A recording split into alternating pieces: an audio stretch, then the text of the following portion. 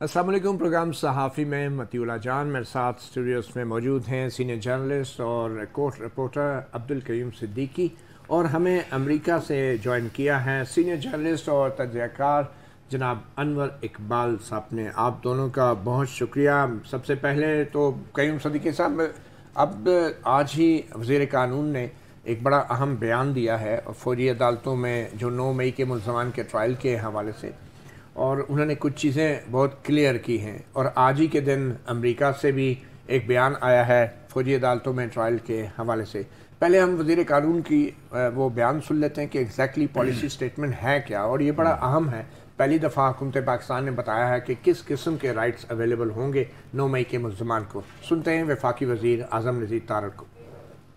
Civil and political rights 1966 के article 14 में दी गई हैं फेयर ट्रायल के हवाले से कि right to appoint counsel of choice होना चाहिए, right to reduce defence evidence है, रिकॉर्ड तक रसाई का मामला है, और आखिर पे फिर वही जुडिशियल रिव्यू। और जो रिकॉर्ड है वो पब्लिक वो ज़ाहिर है वो जुडिशियल रिव्यू में आता है after the proceedings are concluded. ये सारी चीज़ें मौजूद हैं और इसी वजह से समझा जाता है कि जो प्रोसीजर्स और लॉ के हवाले से जो मिनिमम रिक्वायरमेंट्स हैं। जी करीम साहब, आपकी इजाज़त से अमरीकी तर्जुमान ने भी आज एक बयान जारी किया है। मैथ्यू मिलर ने कहा है कि हम जमहूरी असूलों और कानून की हुक्मरानी और एहतराम के लिए पाकिस्तानी हुक्काम पर जोर देते हैं, और पाकिस्तान में सिविलियंस पर फौजी अदालतों में मुकदमे चलाए जाने के बारे में एक सवाल के जवाब में अमरीकी तर्जुमान ने कहा, हम इन खबरों से आगाह हैं कि 9 मई के एहतजाज हिस्सा लेने के इल्ज़ामात के तहत सिविलियंस पर फौजी अदालतों में मुकदमे चलाए जाएंगे। माजी की तरह हम पाकिस्तानी हुक्काम पर मुसलसल जोर देते हैं कि वो पाकिस्तानी आइन में सबके लिए दिए गए जमहूरी असूलों और कानून की हुक्मरानी का एहतराम करें। हम पाकिस्तानी अहदेदारों के साथ आला सतह पर बाकायदगी के साथ इंसानी हकूक़, जमहूरियत, तहफ़्फ़ुज़ और सहाफ़ियों की हिफाजत और कानून की हुक्मरानी पर जोर देते हैं, जो अमरीका के लिए अव्वलीन तरजीह है। तो अनवर इकबाल साहब अमेरिका में मौजूद हैं, हम उनसे कर लेते हैं। अनवर इकबाल साहब, ये जो वफाकी वज़ीर कानून ने आज वाज़ेह किया है कि 4 बेसिक जो है राइट्स दिए जाएंगे इन तमाम 9 मई के मुल्ज़मान को, जिनमें सबसे पहले कि अपनी मर्ज़ी का वकील होगा, फिर उनको अपना दिफा करने का, दिफा में शहादतें और गवाह पेश करने का राइट होगा, उनको तमाम रिकॉर्ड तक रसाई दी जाएगी, और फिर जुडिशल रिव्यू भी होगा। यानी फ़ौजी अदालतों से जो सज़ाएँ मिलेंगी तो वो आइनी अदालतें भी उन सज़ाओं का, उन फ़ैसलों के ऊपर नज़रसानी कर सकेंगी।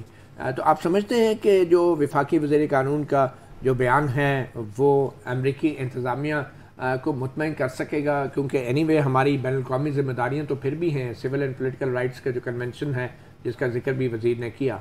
तो कैसे देखते हैं आप वफाकी वज़ीर के इस बयान को?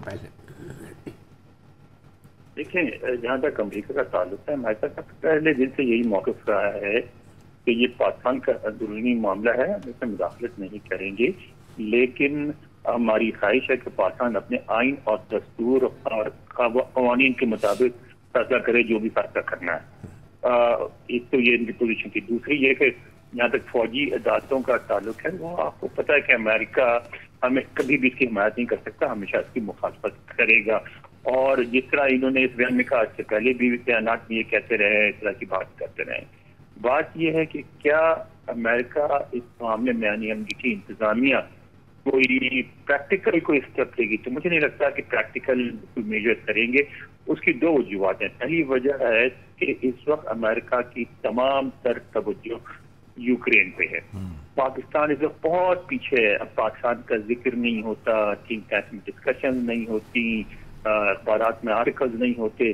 पाकिस्तान इवन अफगानिस्तान पर नहीं होते जहाँ की फौजी इतने साल रही है। इस वक्त पाकिस्तान अफगानिस्तान जो है बहुत पीछे चला गया है। यानी वॉइस ऑफ अमेरिका में जो उन्होंने बहुत सारा स्टाफ भर्ती किया था पाकिस्तान और अफगानिस्तान के हवाले से, उनके बारे में खबरें कि वहाँ भी छाटी होगी क्योंकि अब पाकिस्तान की वो इम्पोर्टेंस नहीं रही है, अफगानिस्तान की इम्पोर्टेंस नहीं रही है। तो मैं नहीं समझता कि अमेरिका इस हद तक इन्वॉल्व होगा कि जिसपे किसी के खिलाफ या किसी के फेवर में कोई दबाव डाले। अलबत्ता वो इस तरह के मौज़ूआत पर जहाँ ह्यूमन राइट्स हो, फौजी अदालतें हों, उस पर जरूर बयान जरूर देंगे। वो खदीजा शाह के बारे में कहा जाता है वो दोहरी शरीयत की हामिल हैं, अमरीकी शरीयत भी रखती हैं और साबिक़ आर्मी चीफ की नवासी भी हैं। तो खदीजा शाह के हवाले से जो अमरीकी इंतज़ामिया ने रसाई मांगी है तो आप समझते हैं कि उनके खिलाफ फौजी अदालत में कार्रवाई करना मुश्किल होगा बल्कि नामुमकिन होगा पाकिस्तानी इंतज़ामिया और हुकूमत के लिए?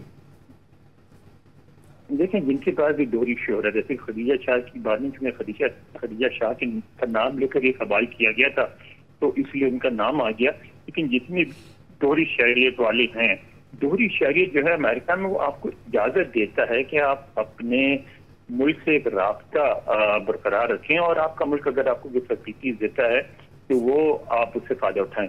लेकिन दोहरी शहरियत वाला भी अमरीकी शहरी समझा जाता है और दोहरी शहरियत उसके समझ में एक तरह से एजाजी शहरी रखी जाती है, तो उसको सारे हुकूक वो हासिल होते हैं जो अमरीकी शहरी को हासिल होते हैं।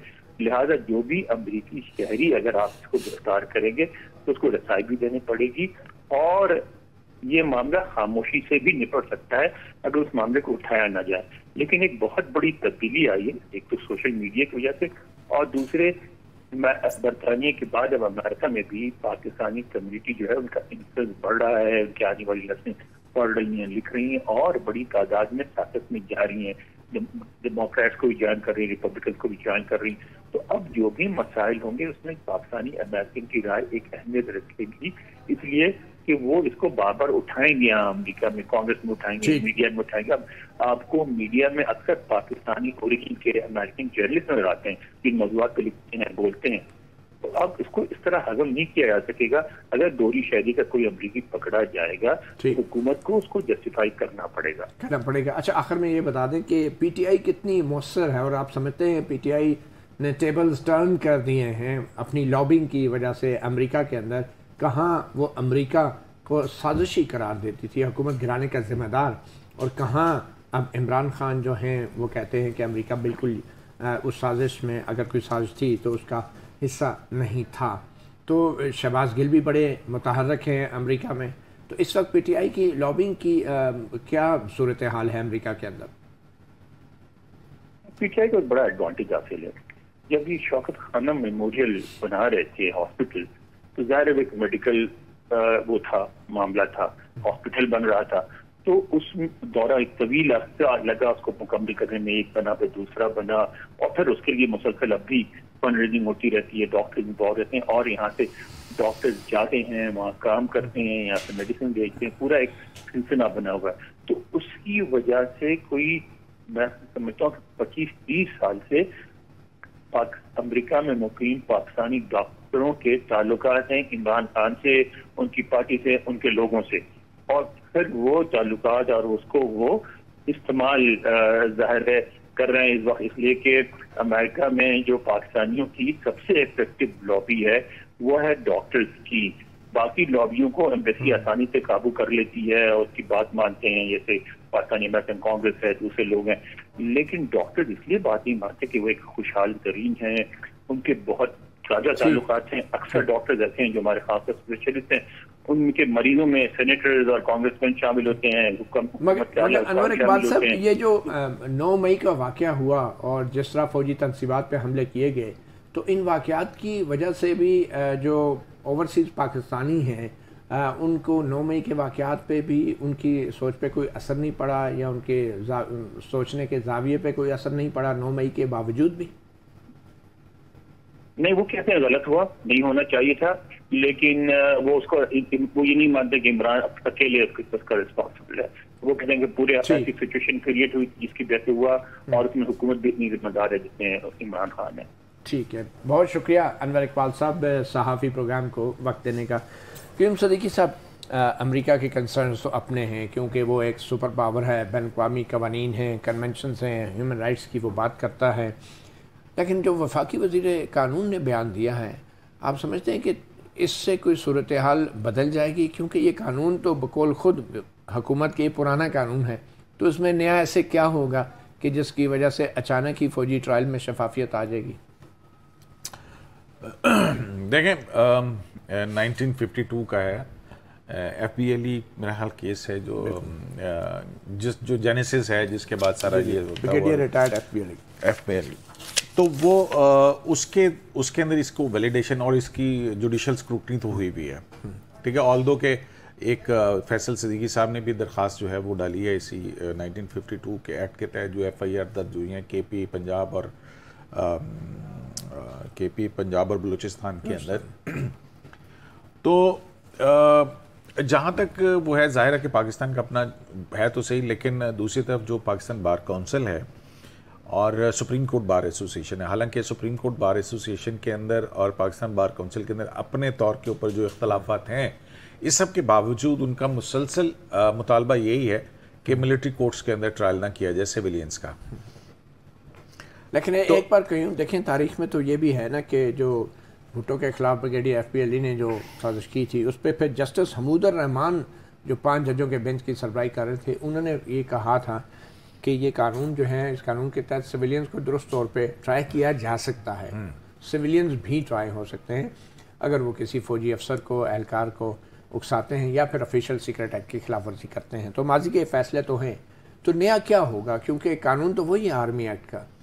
नया तो मतीउल्लाह जान साहब, पहले जो इसको थोड़ा सा अगर हम देख लें, कुछ शिकायत तो पहले आती रही है फौजी अदालतों के फैसलों के खिलाफ बड़े पैमाने पे। बिल्कुल, अभी भी सुप्रीम कोर्ट के अंदर जो है वो जो जस्टिस वकार सेठ ने जो फौजी अदालतों के फैसलों को कलअदम करार दिया था, उसमें पेशावर हाई कोर्ट का वो फैसला जो है वो सुप्रीम कोर्ट ने सस्पेंड किया हुआ है। ठीक है, तो हमारा जो स्टूडेंट्स है वो तो मुख्तलिफ तरह से, लेकिन इंटरनेशनल रिक्वायरमेंट्स क्या हैं उस हवाले से कि पॉलिटिकल लोगों को ऐसे किया जा सकता है, नहीं किया जा सकता। लेकिन दूसरी तरफ जो है, अगर अमेरिका का बयान भी सुना जाए तो आइन और कानून के मुताबिक वो कह रहे हैं ना, तो आइन और कानून तो यही कहता है कि अगर आप छावनी के अंदर घुस के वहाँ पे अगर आप बलवा करेंगे तो फिर वो उसी कानून की जद के अंदर आएगा जो है।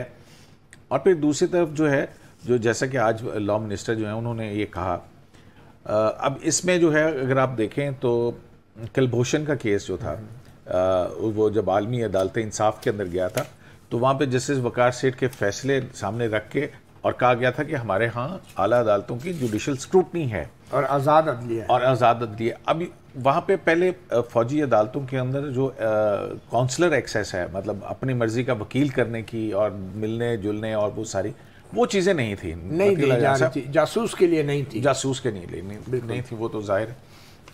लेकिन उसके लिए भी फिर बाकायदा लेजिस्लेशन की गई। तो ये तो पाकिस्तानी हैं, सिविलियंस हैं, और जो भी जिस तरह का भी उनका जुर्म है उसमें भी जो है वो एहतियात बरती जा रही है कि और फिर जो उसमें आज लॉ मिनिस्टर ने जो बात की ना, उसमें स्क्रूटनी होगी, जुडिशियल स्क्रूटनी, और उसके बाद एविडेंस इंड्यूस करने की जो हक है उसके पास कि वो बता सकता है कि जियो फेंसिंग के अंदर अगर फिर तमाम रिकॉर्ड भी दिया जाएगा। बहरहाल आप देखते हैं कि इजियर सेड देन डन, क्योंकि ये बातें कानून में अगर हैं भी तो इन पे कम से कम तजर्बा को इतना नहीं। लेकिन एक और बात भी है जो हमारे सोर्सेज हैं कि ये जब ये इंटरनेशनल कम्युनिटी का इस तरह से आ रहा था तो उसको टैकल करने के लिए और उसको बताने के लिए जो आपस में मुख्तलिफ वजारतों की कोऑर्डिनेशन हुई, ठीक है, उसमें जैक ब्रांच की तरफ से ये जो है ये एश्योरेंसेस फेडरल गवर्नमेंट को दी गई है। एक छोटी सी ब्रेक लेते हैं, ब्रेक के बाद हम बात करेंगे मेजर रिटायर्ड आदिल, पाकिस्तान के साबिक फौजी अफसर, लंदन में गिरफ्तार हुए फिर रिहा हुए, क्या इल्ज़ाम थे और किस वजह से रिहा किया गया और अब आगे क्या कार्रवाई हो सकती है। हमें लंदन से कामरान बुखारी जो हमारे न्यूज़ TV के लिए भी काम करते हैं वो हमें ज्वाइन करेंगे और अपडेट देंगे एक छोटी सी ब्रेक के बाद। साफी प्रोग्राम में अब बात करेंगे पाकिस्तान के एक साबिक फौजी अफसर लंदन में गिरफ्तार हुए फिर रिहा हुए। उनके खिलाफ एक पाक फौज के ब्रिगेडियर राशिद ने लंदन में उनके खिलाफ केस कर रखा था और पाकिस्तानी ओहदेदार ने बरतानवी पुलिस के आदिल राजा से गुफ्तगू करने की तस्दीक की है और वॉइस ऑफ अमेरिका की ये खबर है कि पाकिस्तान की शिकायत पे आदिल राजा को पूछगछ के लिए बुलाया गया था और पाकिस्तानी हुकाम ने बाज़ाब्ता तौर पे हाई कमीशन के ज़रिए बरतानिया के हुकाम को शिकायत की थी कि एक पाकिस्तानी शहरी बरतानिया में रहते हुए पाकिस्तान में इंतशार और नफरत फैला रहा है। कामरान बुखारी साहब लंदन से हमारे साथ हैं। कामरान बुखारी साहब, ये क्या मामला है, पहले गिरफ्तारी हुई और एग्जैक्टली इल्ज़ाम क्या थे और फिर चंद घंटे के बाद उनको रिहा कर दिया गया, ये क्या इल्ज़ाम हैं, कितना मजबूत केस है और क्या इसके बाद जो आदिल राजा हैं वो सब कुछ छोड़ देंगे जो वो कर रहे थे? बहुत शुक्रिया मतीउल्लाह जान साहब। छोड़ने की जहाँ तक बात की जाए तो आज ही रिहाई के बाद दोबारा उनकी एक ट्वीट सामने आई है जिस पर उन्होंने कहा है कि जो पाकिस्तान में जो फसादियत है इसके खिलाफ और जो जमहूरियत है उसके हक में और जो अवाम के हकूक हैं उनके लिए मैं आवाज़ बुलंद करता रहूँगा। और दीगर अगर बात की जाए उनकी गिरफ्तारी की, तो आज उनके जो वकील है मेहताब अजीज, उन्होंने मीडिया से बात की है और उनका कहना था कि मेरा ख्याल है कि उनको इंसदाद दहशतगर्दी के कानून के तहत गिरफ्तार किया गया है, क्योंकि जो तरीकाकार जो बता रहे हैं कि गिरफ्तारी क्या है उससे उनको ये लगता है कि ये इंसदाद दहशतगर्दी के कानून के तहत गिरफ्तार किया गया है, क्योंकि उनके घर के जितने भी लोग मौजूद थे तमाम के टेलीफोन नंबर्स बंद हैं। उनकी गिरफ्तारी के बाद उनकी डिवाइसेस को साथ अपनी तहवील में ले लिया पुलिस ने। और मेहताब अजीज राजा का ये कहना है कि 8 घंटे की पूछगिछ की गई है, उसके बाद उनको बाकायदा चार्ज तो नहीं किया गया लेकिन उनको रिहा कर दिया गया है। और इस तरह के केसेस को जो बरतानिया की पुलिस है, ये जो इंसदाद दहशतगर्दी का जो एलिमेंट आ जाता है, चाहे वो छोटा एलिमेंट हो, थोड़ा शुबा हो, उस पर जरूर गिरफ्तारी की जाती है, पुष्ट की जाती है। इस तरह के मामला को जो बरतानिया की पुलिस है वो इंतहाई संजीदगी से लेती है। मगर इस तरह के कामरान बुखारी साहब, इस तरह के इल्जामात इससे पहले MQM के जो किसी ज़माने में बानी सरबराह होते थे अल्ताफ़ हुसैन, उनके ऊपर भी बाकायदा बाज़ाब्ता तौर पे हुकूमत पाकिस्तान की तरफ से लगाए गए थे और उनको भी पूछताछ तो की गई थी। तो ये इल्ज़ामात थे क्या एक्चुअली? और मेजर रिटायर्ड आदिल राजा जो है वो कर क्या रहे हैं लंदन में? ऐसी कौन सी बात है? और क्या ये हकीकत नहीं है कि बहुत सारी ऐसी मालूमात होती हैं जो उनकी दुरुस्त साबित नहीं होती? देखिए, जो उनके वकील की जानिब से इस बात की तस्दीक की गई है कि जो पाकिस्तानी हुकाम हैं वो बरतानवी हुकाम के साथ राब्ते में है। उन्होंने शिकायत लगाई है कि मेजर आदिल राजा हैं जो उनसे ये लंदन में बैठ के, बरतानवी सरजमीन पर बैठ के वतन अजीज में मुख्तलिफ अदारों के खिलाफ झूठी खबरें फैलाते हैं। जो उनके वकील हैं वो ये कहते हैं कि पाकिस्तानी हुकाम है जो उनसे ये मसलसल राब्ते में है बरतानवी हुकाम के साथ, और उनका जो शिकायत है वो ये है कि ये झूठ पर मबनी जो खबरें हैं ये फैलाते हैं बरतानिया में बैठ के सोशल मीडिया के मुख्तलिफ प्लेटफॉर्म से। और साथ ही जो पाकिस्तानी अदारे हैं, वतन अजीज के जो रियासती अदारे हैं, उनके खिलाफ जो जज्बात हैं उनके खिलाफ जज्बात उभारने के लिए भी ये सरजमीन इस्तेमाल हो रही है, लिहाजा इनके खिलाफ कार्रवाई की जाए। और ये मुख्तलिफ जो सोशल मीडिया प्लेटफॉर्म्स हैं वो आए रोज आप ही देख रहे होते हैं, हम भी देख रहे होते हैं कि चाहे वो यूट्यूब है, ट्विटर है या दीगर जो मुख्तलिफ सोशल मीडिया के जो प्लेटफॉर्म्स हैं उनके जरिए वो अक्सर वो पाकिस्तान मुखालिफ जो इस वक्त पाकिस्तान मुखालिफ कह लें, ये जो तहरीक इंसाफ को सपोर्ट कर रहे होते हैं बराह रास्त। और जो स्पेशली जो 9 मई का वाकया है उसके बाद इसमें मजीद शिद्दत आई है और उन पर इल्जामात ये हैं कि वो जो रियासत मुखालिफ जो बयानियां हैं, जो रियासत उसको आगे लेके बढ़े। अच्छा, ये हमारे एक अफसर हैं ब्रिगेडियर राशिद, इन्होंने भी कोई केस कर रखा है, क्या वो यही केस है या वो जरा हटके है? वो क्या मामला है? जी, वो लंदन हाई कोर्ट में जो ब्रिगेडियर साहब है उन्होंने केस दायर कर रखा और आज उस पर भी उन्होंने जो उनके वकील हैं मेहताब अजीज, उन्होंने इस पर कमेंट किया है कि ये मज़ाक़-ए-हेज़ एक इल्जामात है जो आदिल राजा पर लगाए गए हैं। और एक सहाफ़ी की तरफ से भी सवाल किया गया है कि आप समझते हैं, आप भी पाकिस्तानी हैं, कि आप समझते नहीं है कि आदिल राजा जो वतन अजीज के खिलाफ जो सरगर्मियां हैं वो जारी रखे हुए हैं? तो उनके वकील की तरफ से ये कहना था कि मुझे नहीं लगता है, अगर मुझे किसी जगह पर ये महसूस होता कि आदिल राजा पाकिस्तान के मुखालिफ काम कर रहे हैं तो मैं उनकी वकालत छोड़ देता या मैं खुद जाके पुलिस को इन्फॉर्म कर देता। अगर इस लेवल की कुछ चीजें मेरे सामने आती या मैं महसूस करता, मैं नहीं महसूस करता हूं कि उन्होंने कोई इस तरह दहशतगर्दी के हवाले से या रियासत मुखालिफ कोई इस तरह कोई एक्टिविटी की हो। अगर इस तरह अभी मुझे सिर्फ ये बता दें कि अभी क्या आदिल राजा को निगरानी में रखा गया है या क्या प्रोसीजर क्या होता है कि दोबारा भी उनको बुलाया जा सकता है या फिर अब ये केस खत्म हो गया है? देखें, जब इंसदाद दहशतगर्दी कानून के तहत किसी को यहाँ गिरफ्तार किया जाता है उसके बाद उसको कुछ टर्म्स एंड कंडीशंस पर छोड़ा जाता है, उसको कुछ टर्म्स एंड कंडीशंस पर रिहा किया जाता है। उनकी जो अरकान हैं उनको भी महदूद किया जाता है, और उसके अलावा नजर रखी जाती है। और इससे पहले भी ये चीजें सामने आई हैं कि आदिल राजा पर नजर रखे हुए हैं यहाँ के जो अदारे हैं, क्योंकि बाकायदा ऑफिशियल तौर पर उनके खिलाफ शिकायत मौसूल हुई थी, और उनकी जो मुलाकातों का जो तयन है, मुलाकातें महदूद कर दी गई हैं। जैसे कि उनके वकील की तरफ से कहा जा रहा है कि ऐसे कवानीन में होता है कि ऐसे इंसदाद दहशतगर्दी कानून के तहत जब गिरफ्तार करके रिहा किया जाता है तो कुछ पाबंदियां आयद की जाती हैं, चाहे वो सोशल मीडिया के कोई प्लेटफॉर्म्स हों या उनके मेल मिलाप पर कोई हो, लेकिन पाबंदियां आयद की जाती हैं। इसके बाद दोबारा ये सिलसिला चलता रहेगा। अभी तो ये आगाज था, पहली गिरफ्तारी थी, पूछताछ थी, और इस तरह के जो केसेस होते हैं उसमें जो बरतानवी हुकाम है, जो पुलिस है, वो इन चीजों को बहुत सख्ती से लेती है। और इस पर अच्छा, अब ये बताएं, क्या आप लंदन में हैं और ये वहाँ पे भी एहकाम पाकिस्तान के लिए बड़े लंदन प्लान बन रहे हैं इफाई से, ये तरीन साहब की और मियाँ साहब की कोई मुलाकातें हो रही हैं लंदन में? जी, तरीन साहब पहुंच चुके हैं। बताया ये जाता है कि वो इलाज की गर्ज से आए हैं, लेकिन वो जो सियासी इलाज है ना, उसके लिए भी इनकी बैठक यकीनन होगी। जो मुस्लिम लीग नून के जराए हैं वो ये कहते हैं कि जल्द एक दो दिन में मुलाकात मुतवक्के है, लेकिन बाज़ाब्ता तौर पर उसका बताया नहीं गया। लेकिन हमारे जराए ये कहते हैं कि कल या परसों मियां नवाज शरीफ के साथ तरीन साहब की मुलाकात है, और इसमें जो पाकिस्तान में आइंदा जो आम इंतखाबात हैं उसके हवाले से बात होगी, और सीट एडजस्टमेंट पर भी बात हो सकती है। ज्यादातर इस बात का जो नून लीग के जराए हैं वो कहते हैं कि सीट एडजस्टमेंट के हवाले से बात होगी मियां साहब की तरीन साहब के साथ। चलें जी, अब देखते हैं कि वो सीट कितनी बड़ी है कि सारे उसमें एडजस्ट हो जाए।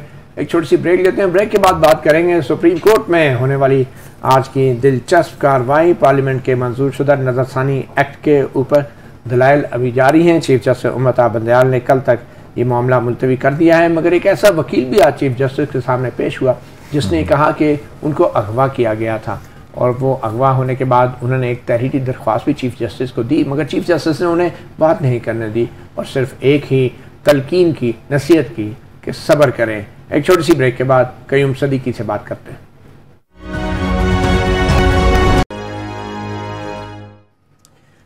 साफी प्रोग्राम में कयूम सदीकी मेरे साथ मौजूद हैं। आज सुप्रीम कोर्ट में कयूम साहब बहुत कुछ हुआ। एक वकील साहब भी आए, बड़ी दर्दनाक एक कहानी उन्होंने बताई। एक हफ्ते तक वो गायब रहे, लापता रहे, एडवोकेट रियाज हनीफ राई साहब, और ये पहले भी एक दफ़ा एक केस में लापता हो गए थे। वो जब आर्मी चीफ जनरल राइल शरीफ की तोसी का मामला था, इन्हीं की दरख्वास्तें थी।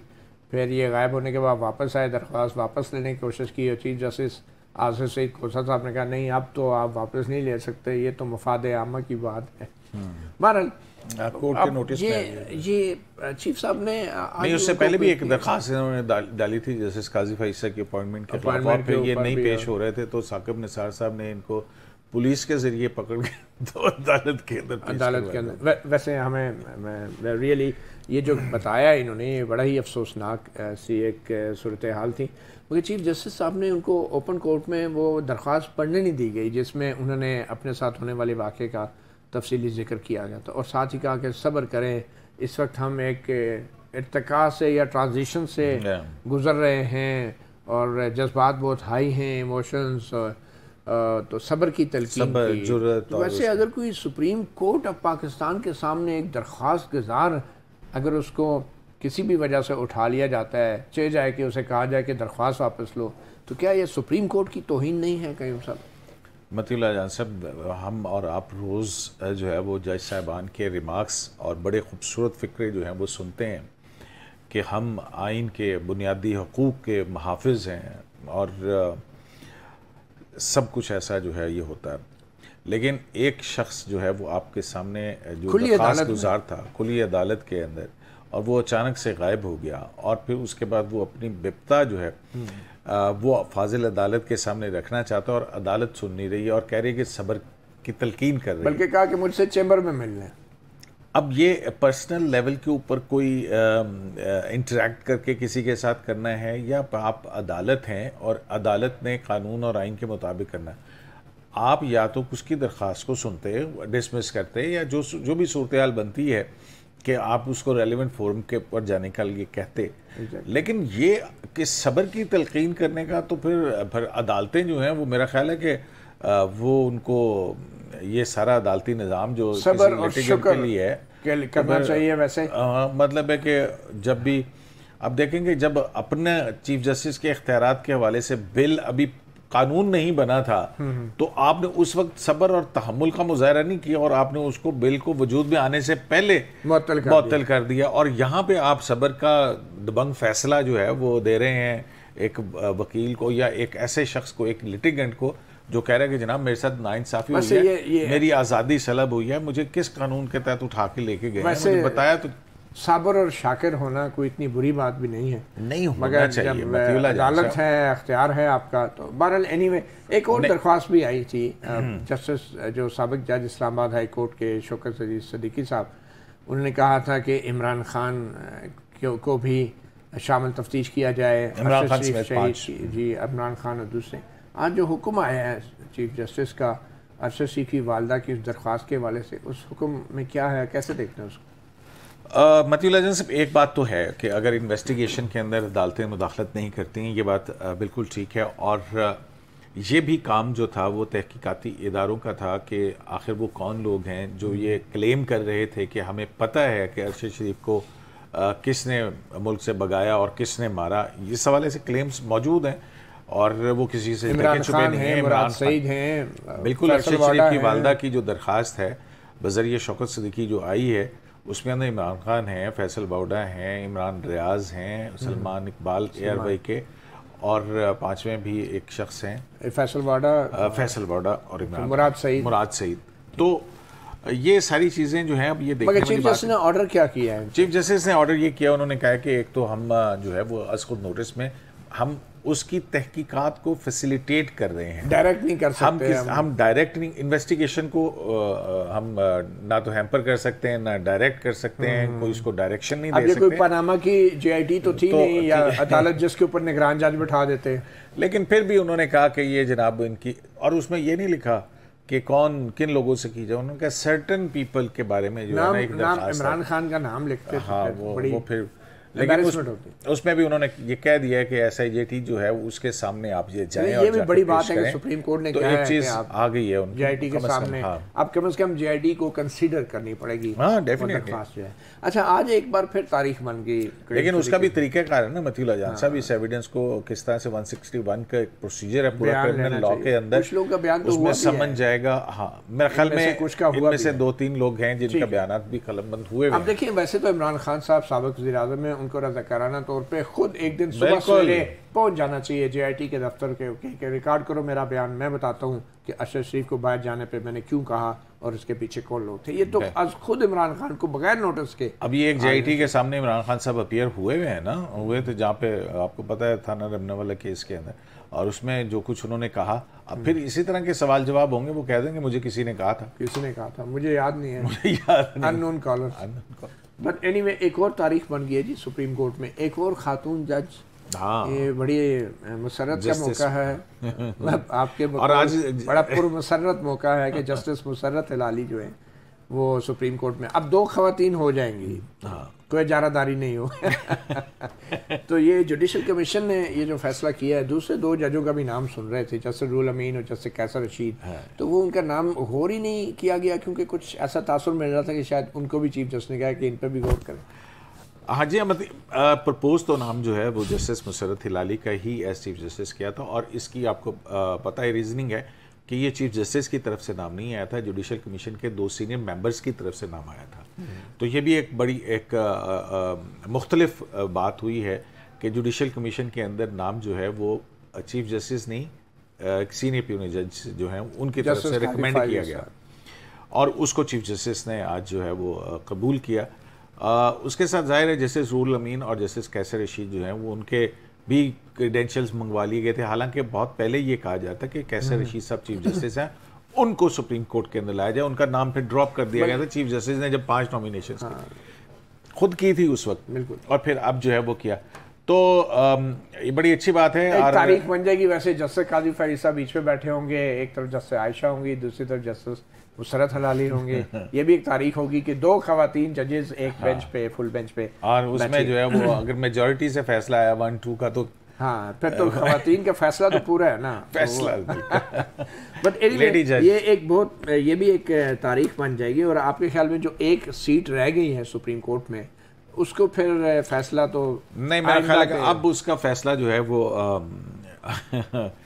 छुट्टियों के बाद ही होगा। अब तो छुट्टियों शुरू हो जाएंगी, जुडिशल कमीशन के अरकान ने भी जाना होगा इधर उधर, तो मेरा ख्याल है कि वो कहते तो जरा यही है कि अब आने वाले चीफ जस्टिस, ये अगले चीफ जस्टिस। अच्छा, अदलिया में अब 17 जजेस की सुप्रीम कोर्ट में, अब 16 जजेस तो हो ही जाएंगे, सिर्फ एक जज रह जाएगा।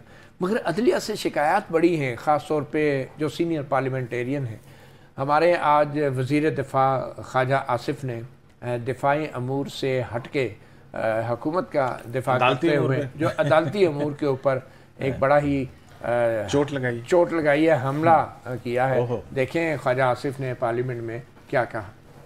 हमारे यहाँ भी 7 वाला अदारा है, 16 लाख रुपए तनख्वाह लेते हैं। ये 7 गाड़ियां भी हैं, 7 गार्ड भी हैं, 7 ट्रैफिक भी खड़ी हो जाती है और 7 तड़ियां लगाती हैं। इसी अदारे को तड़ियां लगाते हैं। हमें चौथा हिस्सा ही दे दें। आप देखें कौन सा अदारा है जिसको जंग नहीं लग गया या जिसको दीमक नहीं लग गई। मैं नहीं कहता ये काबिल रश्क था ये अदारा, लेकिन जिस दिन काजी फायज ईसा के खिलाफ रेफरेंस पेश हुआ था, उस दिन इस अदारे में जो है रखना पड़ा था, दड़ाड़ आई थी। अगर इन लोगों को अपने अदारे की मोहब्बत होती, अपने अदारे के वकार का ख्याल होता, सच के साथ खड़े होते, अदल के साथ खड़े होते। लेकिन ना सच के साथ खड़े हुए, ना अदल के साथ खड़े हुए। और आज जो है, परसों उन्होंने फैसला दिया है कि 3-2 का फैसला ये है और 4-3 का फैसला ये है। हमारी जो तारीखी गलतियां हैं वो इस तरह दुरुस्त नहीं हो सकती। लेकिन इतने नाजुक मिजाज हैं यहाँ पे कि लोग 2-2, 3-3 जो है वो वजीर आजम खा गए हैं, हजम कर गए, डकार भी नहीं लिया, फांसी लगा दिया। किसी ने कोई पीछे मुड़कर भी नहीं देखा, किसी ने माजरत भी नहीं की, तारीख से भी नहीं माफी मांगी।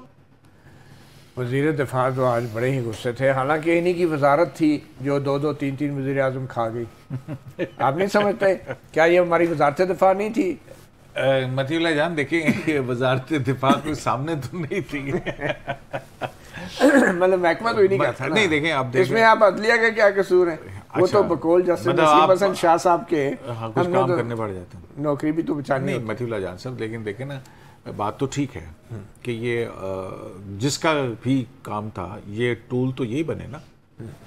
देखें अब ये नहीं हो सकता तो पहले तो सियासतदान टूल बने ना, पार्लियामेंट टूल बनी, रबर स्टैम्प बनी, 8वीं तरमीम पे मोहर लगाया, ज़िया-उल-हक का नाम आइन के अंदर लिखकर उस पे मोहर लगाया पार्लियामेंट ने। नहीं, तो पहले तो ये आमरीयत के दौर के अंदर 85 की असेंबली जो है गैर जमाती, उसमें आप मतीउल्लाह जान साहब वो किया ना। फिर उसके बाद तो 18वीं तरमीम में निकाल भी तो दिया ना, इन्हीं पार्लियामेंटेरियंस ने निकाला ना, जिनसे आपको इतनी शिकायत है कि पार्लियामेंटेरियन खड़े नहीं होते हैं।